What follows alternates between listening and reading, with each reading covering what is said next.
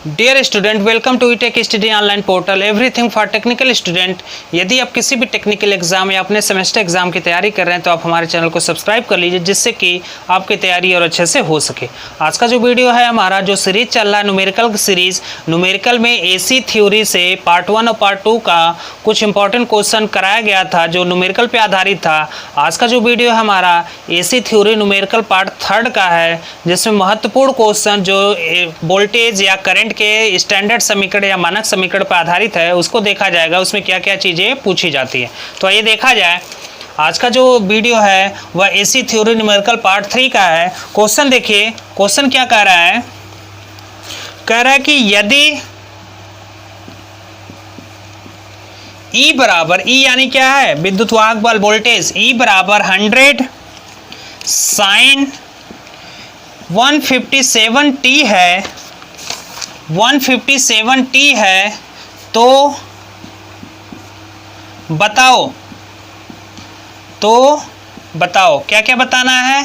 F is equal to वाट और VRMS, या यहाँ पे कह सकते हैं ERMS, ठीक है। ERMS इज इक्वल टू वाट, दो चीज बताना है। हमारे पास दिया गया समीकरण है। विकल्प देखिए क्या क्या दिया है। पहला जो विकल्प है कह रहा है 25 हर्ट्ज कामा 141 वोल्ट, ठीक है। दूसरा जो विकल्प दिया है 25 हर्ट्ज कामा 71.4 वोल्ट। तीसरा जो विकल्प दिया है वो 50 हर्ट्ज कामा 100 वोल्ट। पांचवा जो विकल्प दिया है वह दिया 50 हर्ट्ज कामा 141 वोल्ट के बराबर, ठीक है। इतनी चीज़ें दी गई है। सवाल डायरेक्ट हमारा वोल्टेज के स्टैंडर्ड समीकरण या मानक समीकरण पे आधारित है। और मानक समीकरण आपको पीछे जो पार्ट 2 का या पार्ट 1 का वीडियो रहा है उसमें वोल्टेज एसी थ्योरी से संबंधित वोल्टेज या धारा का जो स्टैंडर्ड समीकरण है, जो मानक समीकरण है, उसको लिखाया गया था। जो धारा के केस में था I बराबर I max sine omega T, और वोल्टेज के केस में था V बराबर V max sine omega T के बराबर, जहाँ ओमेगा क्या है? एंगुलर फ्रिक्वेंसी, और ओमेगा का जो मान होता है वह 2 पाई f के बराबर होता है। तो यहाँ पे देखिए, अब हम सवाल को हल करेंगे तो यह हमारा जो दिया गया सवाल है वोल्टेज का मानक समीकरण है। किसी भी एसी तरंग के वोल्टेज का मानक समीकरण है E बराबर 100 साइन 157t के बराबर, ठीक है। या कह सकते हैं कि E बराबर 100 साइन 157t के बराबर। तो जो वोल्टेज का मानक समीकरण होता है वह आपका होगा E is equal to E max sine omega T के बराबर होगा, ठीक है। अब देखिए हमारे पास दो समीकरण हो गए। एक तो जो हमारे सवाल में दिया है समीकरण एक, और दूसरा समीकरण क्या होगा जो हम जानते हैं वोल्टेज या धारा के, एसी तरंग के वोल्टेज या धारा के जो स्टैंडर्ड समीकरण होता है, जो मानक समीकरण होता है, उसको देखा जाएगा। तो यहाँ पे देखिए तुलना करने पर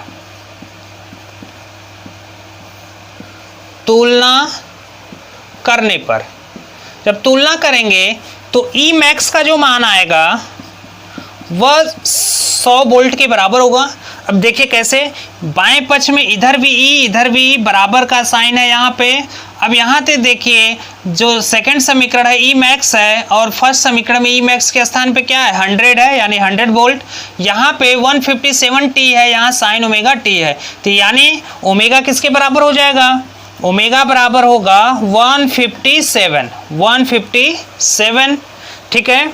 तो देखिए ओमेगा का जो मान होता है, हमें पता है कि ओमेगा बराबर होता है 2 पाई f के बराबर। यह किसके बराबर है? 157।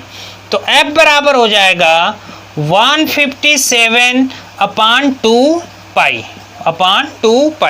अब देखिए हमारे सवाल में पूछ रहा है कि फ्रीक्वेंसी बताइए प्लस ERMS यानी वोल्टेज का प्रभावी मान या वर्ग माध्य मूल मान या रूट मीन स्क्वायर मान।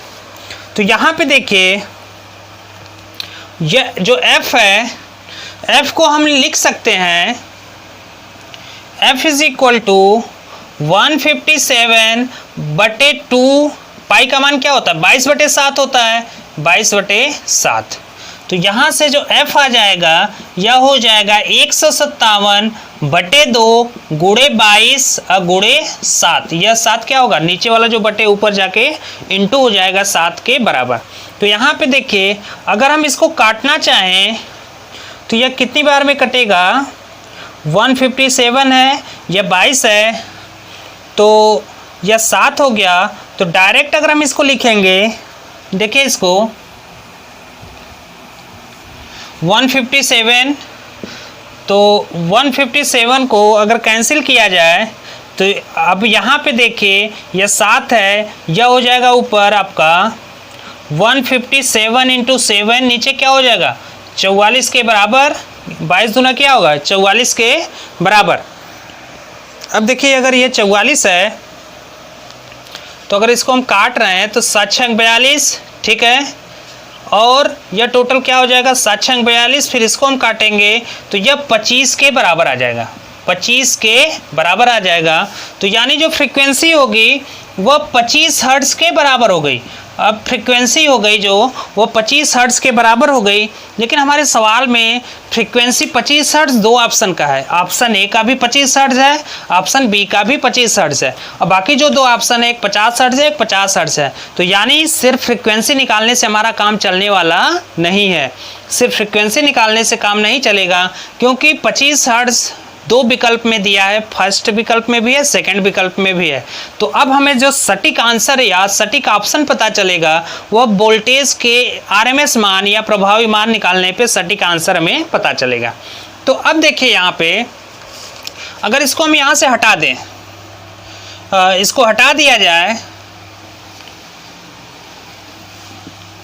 इसको यहाँ से हम अगर हटा दें तो जो चीज़ है उसको हम लिख दे रहे हैं। देखिए ई मैक्स का मान पता है कितना, ई मैक्स बराबर है 100 वोल्ट के बराबर।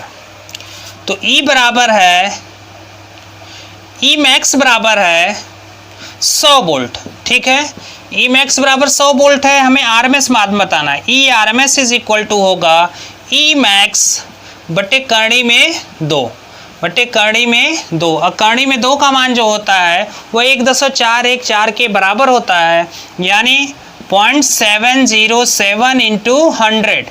जब 707 करेंगे तो यह आपका लगभग आ जाएगा, यह हो जाएगा आपका 70.7 वोल्ट के बराबर, 70.7 वोल्ट के बराबर। तो अब हम विकल्प देखेंगे तो जो सटीक आंसर है, जो नियरेस्ट आंसर है वो ऑप्शन बी के बराबर है। 25 हर्ट्ज फ्रीक्वेंसी और वोल्टेज का प्रभावी मान या आरएमएस मान जिसे हम लोग कहते हैं वह है कितना 70.7, ठीक है, 70.7। तो जब इसको नियरेस्ट मान ऑप्शन हम देखेंगे तो 25 हर्ट्ज यहाँ, 25 हर्ट्ज यहाँ, तो बाकी दो ऑप्शन से हमसे मतलब नहीं है क्योंकि ये 50 हर्ट्ज है, 50 हर्ट्ज है, ये तो ऐसे ही कैंसिल हो गया। अब जब सेकंड मान हमें टैली कराना था तो सेकंड मान टैली कराने के लिए हम आरएमएस मान या प्रभावी मान निकालेंगे। जब प्रभावी मान निकालेंगे तो प्रभावी मान निकालने पर यह जो मान आ गया, क्योंकि करणी में 2 का मान कितना होता है 1.414 के बराबर।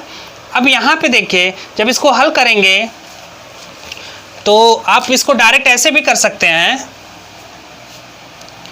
जैसे 100 कर दिया, 100 गुणे करणी में 2/2 के बराबर, यह हो जाएगा 50।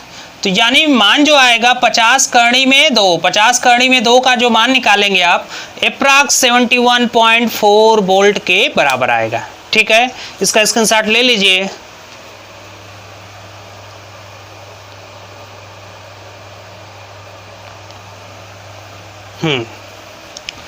तो उम्मीद है कि आपको वीडियो पसंद आई होगी। हमारे वीडियो को लाइक करें, हमारे चैनल को सब्सक्राइब करें और शेयर करना ना भूलें।